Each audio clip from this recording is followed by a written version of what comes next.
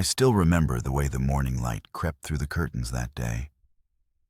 It painted the bedroom in soft gold, making everything look deceptively peaceful.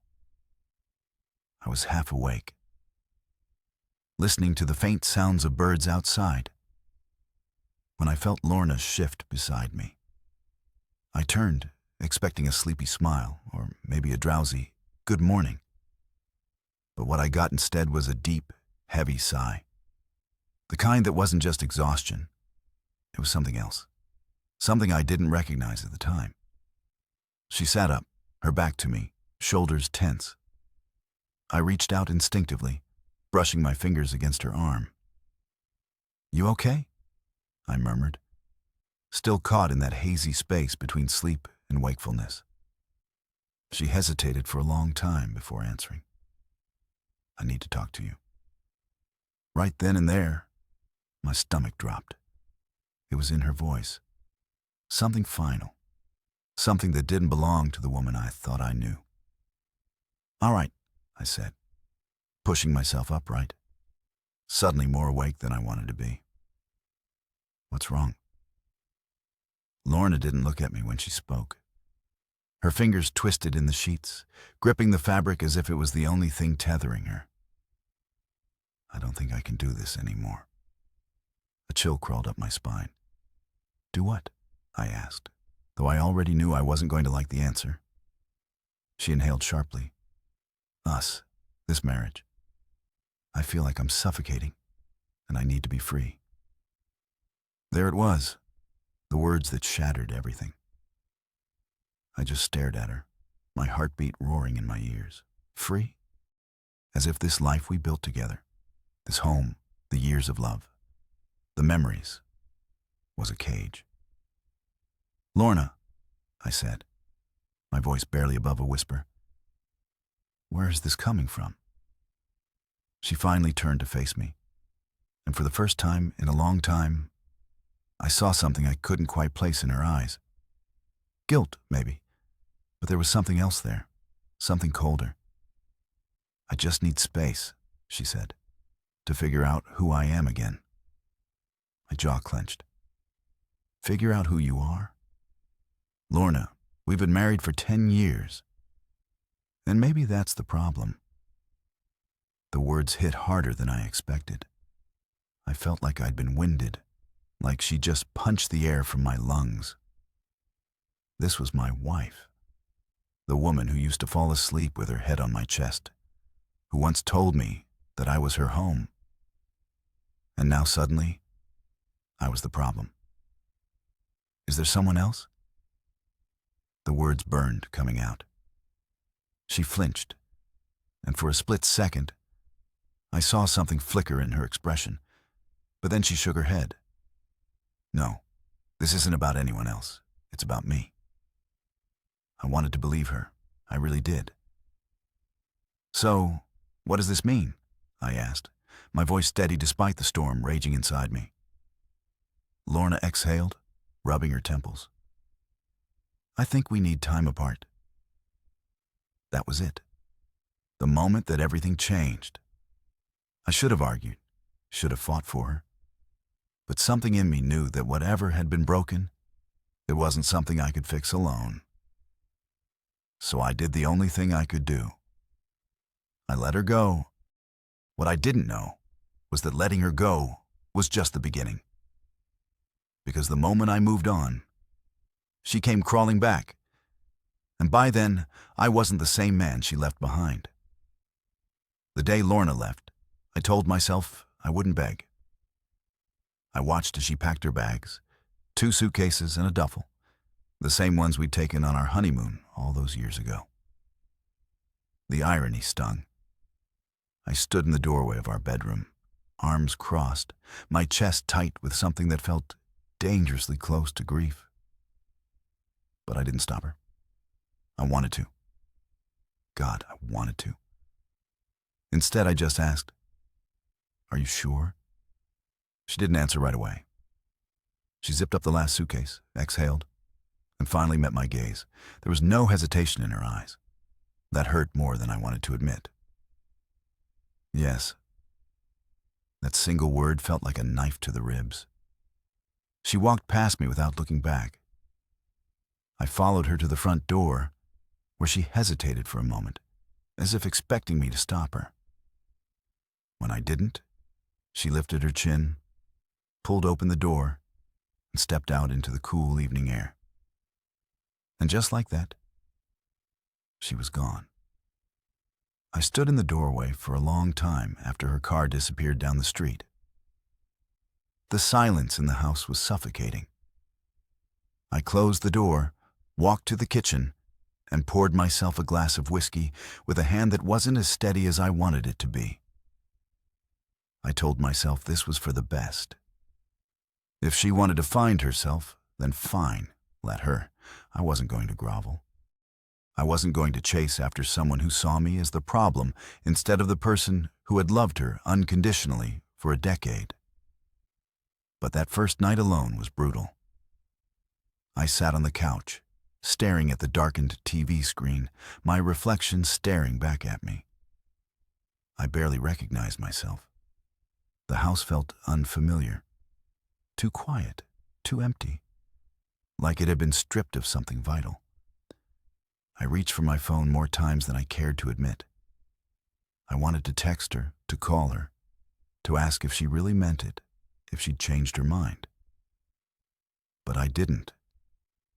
Instead, I did something I hadn't done in years. I let myself feel everything. The anger, the confusion, the unbearable sadness of knowing that the woman I'd built a life with had decided I wasn't enough anymore. I didn't sleep that night. Days turned into weeks. I went through the motions: work, gym, dinner, bed, rinse and repeat. I convinced myself I was fine until I wasn't. The first time I saw her after she left, it wasn't planned. I was grabbing coffee at our usual spot out of habit, not sentimentality, when I heard her voice behind me. I turned around, and there she was.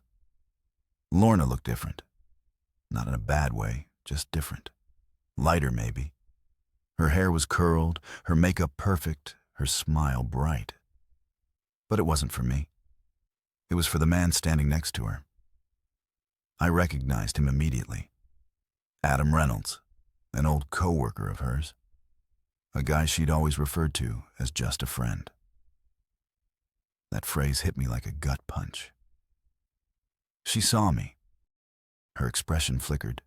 Guilt, surprise, something unreadable. But it was gone just as fast. She didn't introduce him. She didn't have to. I nodded at her, played it cool, and walked out. That was the moment I knew Lorna hadn't left to find herself. She'd left to be with someone else. I'd been so damn careful not to assume, not to accuse her of cheating when she first told me she needed space. But the truth was staring me right in the face now. And it made me feel like a fool. I was done grieving. I was done waiting for answers that didn't matter anymore. So I did the one thing she never expected. I moved on. It didn't happen overnight. But something in me shifted after that. I started saying yes to things I'd put off for years.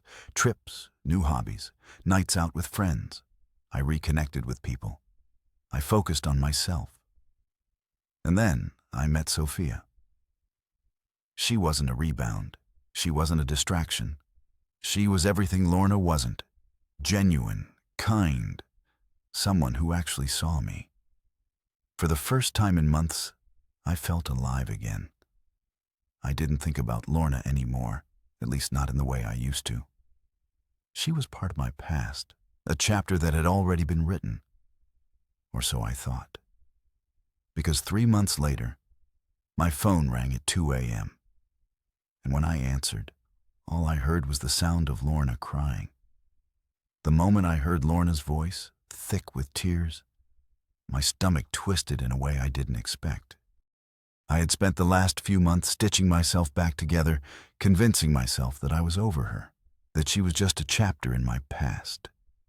And yet, here she was, crying. I sat up in bed, rubbing a hand over my face. Sophia stirred beside me, mumbling something incoherent before turning over. I lowered my voice. "Lorna?" A shaky breath on the other end. I didn't know who else to call. That hit me harder than it should have. Not Adam, not the guy she left me for. I stayed silent, waiting. She sniffled.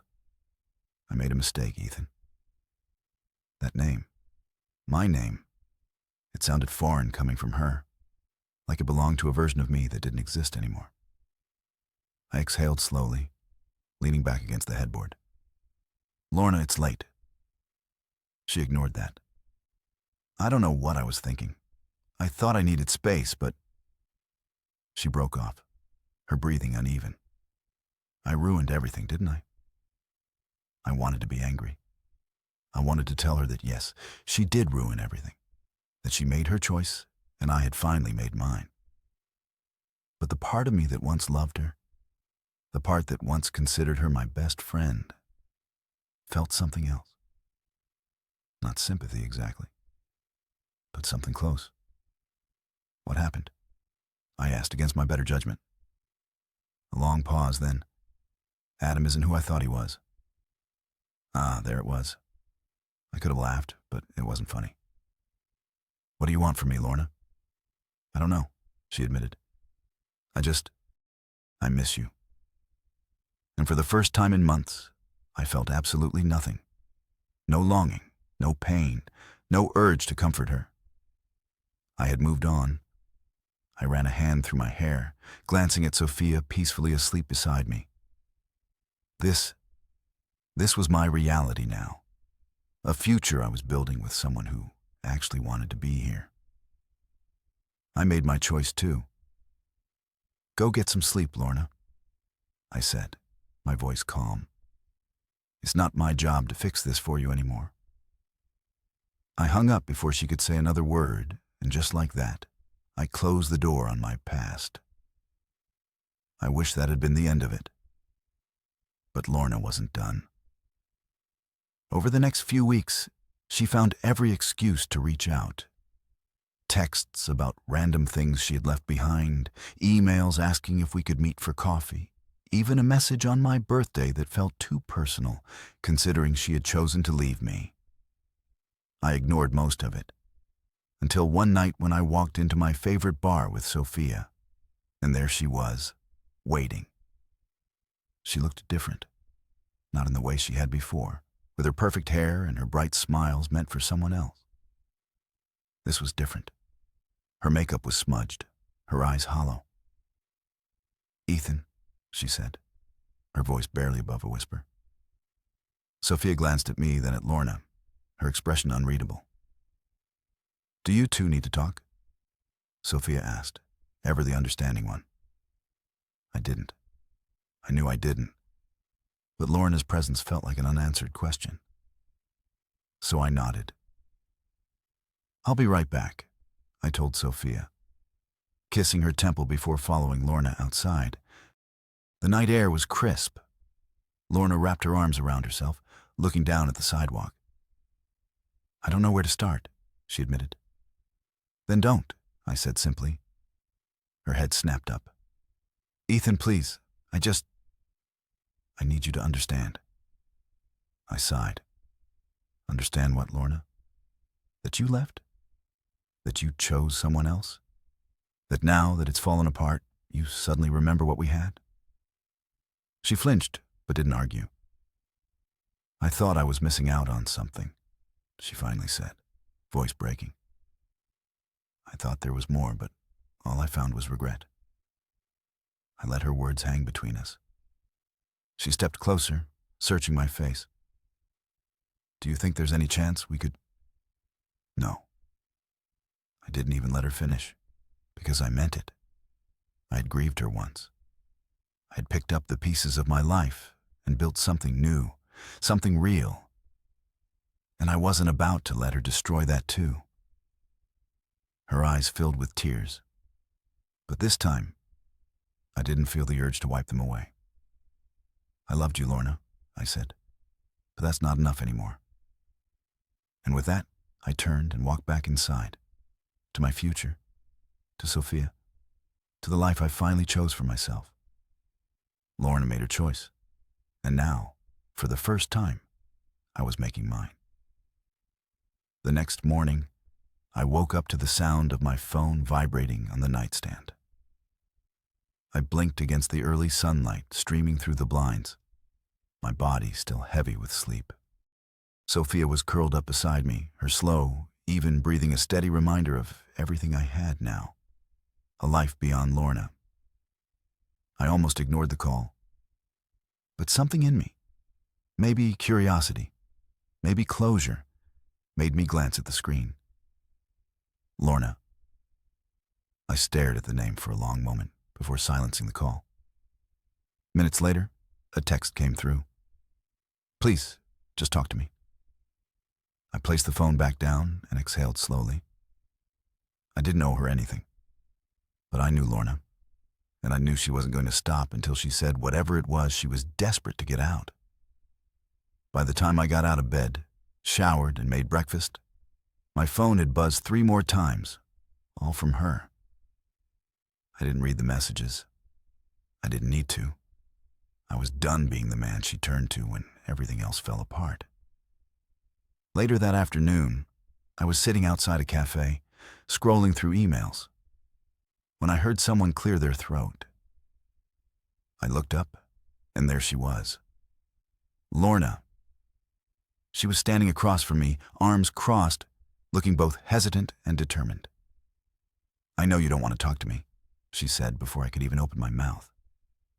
But I need you to hear me out. I set my phone down, studying her. She looked different, not in a way that made me second-guess everything, but in a way that told me she had finally seen the consequences of her own choices. You left me, Lorna, I said, keeping my voice even. What is there to talk about? Her eyes flashed with something close to regret. I was wrong. I leaned back in my chair, letting out a slow breath. Yeah, you were. She shifted on her feet, clearly expecting me to say more. When I didn't, she dropped into the seat across from me, running a hand through her hair. I need to explain, she said. I shook my head. No, you don't. You already did when you packed your bags and walked out. I thought I was missing out on something, she admitted. I thought being with Adam was going to be, I don't know, exciting, different. I thought maybe I had settled too soon, that maybe there was this whole life out there that I never got to experience because I married young. I kept my expression neutral, but inside, I felt a quiet sort of disgust. You thought our marriage was just settling? I asked, my voice calm despite the weight of her words. She hesitated. I didn't mean it like that. But that's exactly what you did, isn't it? I interrupted. You convinced yourself that there was something better out there, that I was holding you back from some grand adventure. And when you realized it wasn't what you expected, you came running back. Her lips parted slightly, as if she hadn't considered it from that angle. I wasn't angry anymore, not in the way I used to be. I had already lived through the worst of it, the betrayal, the sleepless nights, the emptiness she left behind. But I wasn't the same man she left. I hurt you, she whispered. I let out a humorless laugh. Yeah, Lorna, you did. She looked down at her hands, and for the first time, I saw something real in her. Not just regret, not just guilt, but something deeper. You were the best thing that ever happened to me, she said softly, and I threw it away. Silence stretched between us. I could have told her she was right, that she made her bed, and now she had to lie in it, that I had moved on. But I didn't need to, because she already knew. You need to let me go, I finally said. Her breath hitched, but she nodded. I know. And that was it. No grand speeches, No desperate attempts to fix what was already broken. Just the quiet understanding that some things can't be undone. As I stood up, ready to leave, she reached out, her fingers grazing my wrist. "Ethan," she murmured, "do you ever think about us? About what we had?" I met her gaze, steady and unshaken. "I used to," I admitted, "but not anymore." And then, without another word, I walked away. For the first time since she left me, I felt completely free. The weight of the conversation with Lorna stayed with me longer than I expected. Not in the way it once would have, where my chest felt heavy, where I replayed every word in my head, searching for what I could have done differently. No, this was different. It was clarity. The kind of realization that made me see the past exactly for what it was. No filters, no romanticized memories. I had moved on. And yet that didn't stop Lorna from lingering in the background of my life, like a ghost that refused to fade.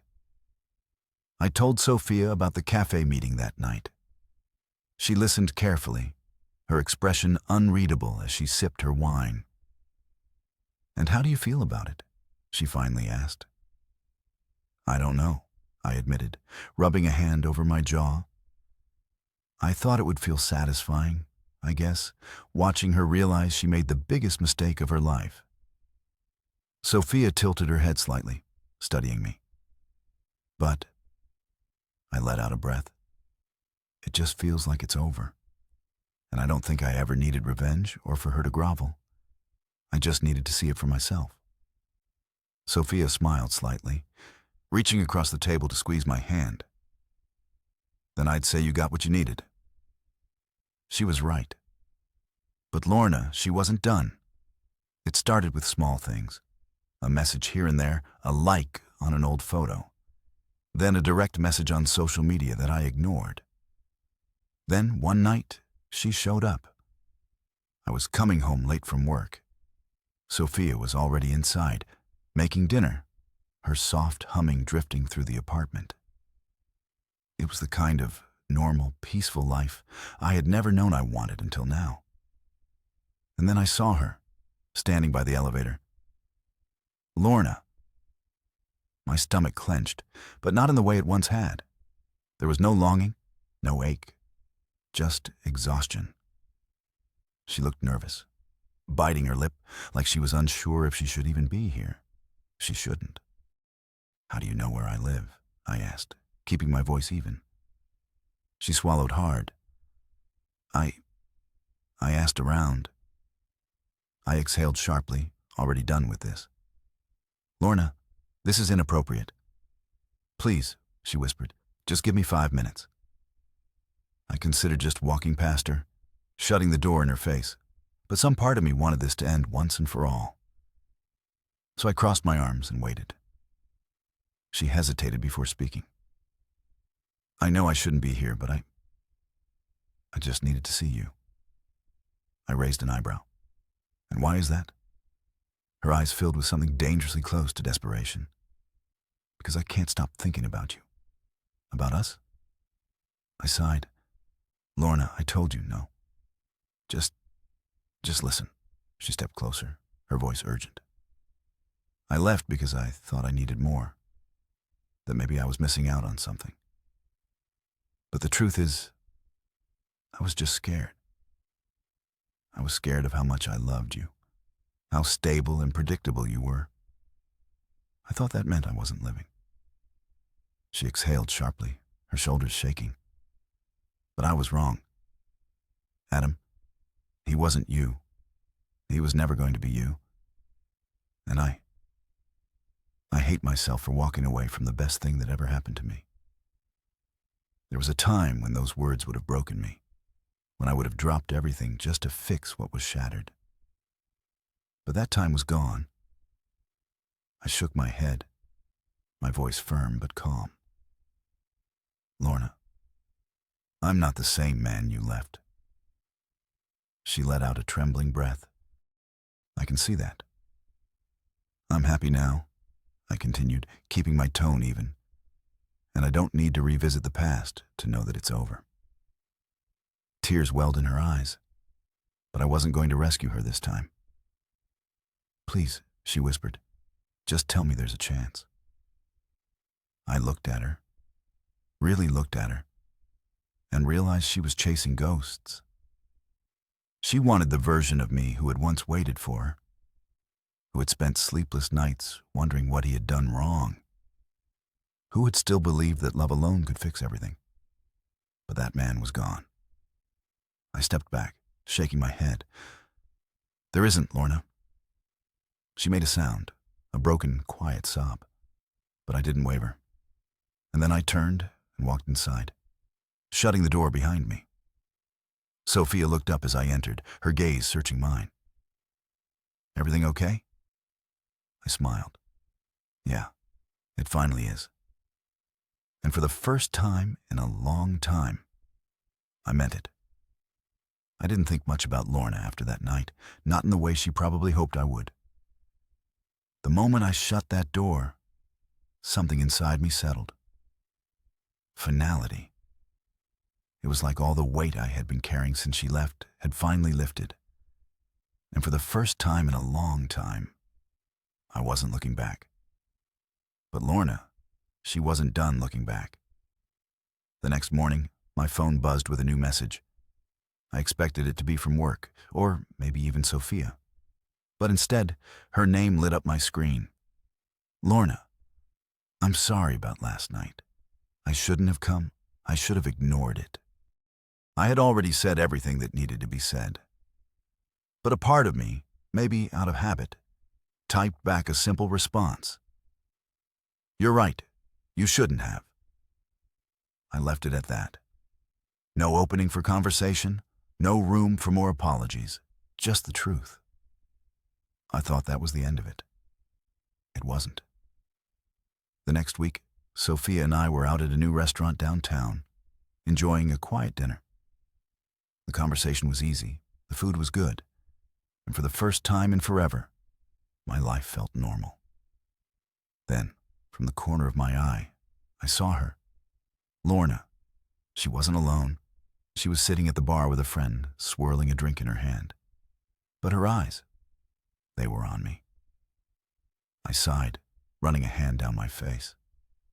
I didn't know if it was just a coincidence, or if she had been showing up to places I frequented on purpose. Either way, I wasn't about to let it ruin my night. "Everything okay?" Sophia asked, sensing my shift in mood. "Yeah," I said, forcing a smile. "Let's just focus on dinner." And that's exactly what I did. I ignored Lorna. I didn't look in her direction again, didn't acknowledge her presence, didn't give her the reaction she was probably hoping for. But even as I pretended not to notice, I could feel her watching me. The next day, I got another text. "Lorna, I saw you last night. You look happy?" I stared at the message for a long moment before locking my phone and tossing it onto the table. I wasn't playing this game with her. But Lorna, she wasn't ready to give up. A few days later, I got a call from an unknown number. I answered out of habit, only to hear her voice on the other end. "I miss you," she said softly. I sighed, pinching the bridge of my nose. "Lorna, just let me say this, please." Her voice was desperate, like a last-ditch attempt to make me listen. I should have hung up, but I didn't. "I was selfish," she admitted. "I thought leaving you was what I needed to be happy, but I was wrong. I thought Adam was some kind of missing piece in my life. But all he did was show me what I already had with you. And I threw it all away." I leaned back in my chair, staring at the ceiling. "Yeah, you did." A beat of silence. "I know I can't change the past," she whispered. "But if I asked for another chance, would you even consider it?" I closed my eyes. I could have said a lot of things. I could have reminded her of how she left me, how she never looked back until she was the one who lost everything. But in the end, I only said one thing. No. I heard her breath hitch, but I didn't let her speak. I've moved on, Lorna, I said simply. And you should too. Then I ended the call. I expected to feel something after that. Relief, sadness, regret. But all I felt was peace. That night, as Sophia curled up against me on the couch, I looked down at her, at the woman who had been patient, kind, and everything Lorna wasn't. And I knew without a doubt that I had made the right choice. I thought that would be the last time I ever heard from Lorna. I truly believed that after shutting her down completely, after making it painfully clear that there was no second chance, she would finally accept it, that she would move on just like I had. I underestimated her. It started small, a message here and there, then a voicemail that I deleted before even listening. I told myself she would stop eventually, that she just needed time to let it sink in. But then, one night, she crossed the line. It was late, almost midnight, when a knock sounded at my apartment door. Sophia and I had just gotten back from dinner, both of us exhausted from a long day. She was in the bathroom washing up when I went to answer it. And there she was. Lorna. Her hair was a mess, her makeup smudged. She looked like she hadn't slept in days. But it was her eyes that caught me off guard, because for the first time since she came back into my life, I saw something new in them. Desperation. I exhaled sharply, already feeling the exhaustion seep into my bones. "What are you doing here, Lorna?" She swallowed hard. "I needed to see you." I ran a hand down my face. "We already talked. There's nothing left to say." "Please," she whispered. "Just 5 minutes. That's all I'm asking." I hesitated, not because I wanted to let her in, but because I knew she wouldn't leave until she got whatever it was she came here for. I stepped outside, shutting the door behind me. "Make it quick." Her breath hitched, as if she wasn't expecting me to be so direct. But then she nodded, glancing down at her hands before speaking. "I don't know who I am without you," she admitted. "I thought I was making the right choice when I left. But it was like walking into a nightmare. I kept waiting for things to feel better, for that excitement I thought I was missing to finally make sense. But it never did." I crossed my arms, unmoved. "That's not my problem anymore." She winced. "I know, but..." She looked up at me, pleading, "Do you still love me?" I blinked. The audacity. "Are you serious?" I asked, my voice colder than I expected. Her lower lip trembled. "I just need to know. If you told me you still loved me, even a little, maybe." "Maybe what?" I snapped, cutting her off. "You think if I say yes, you can just waltz back into my life like nothing happened?" Tears welled in her eyes, but I didn't care. I stepped closer, lowering my voice. "You left me, Lorna. You tore apart everything we built because you thought there was something better out there.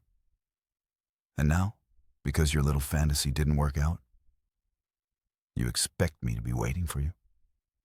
She shook her head rapidly. "No, it's not like that." "But it is like that," I said firmly.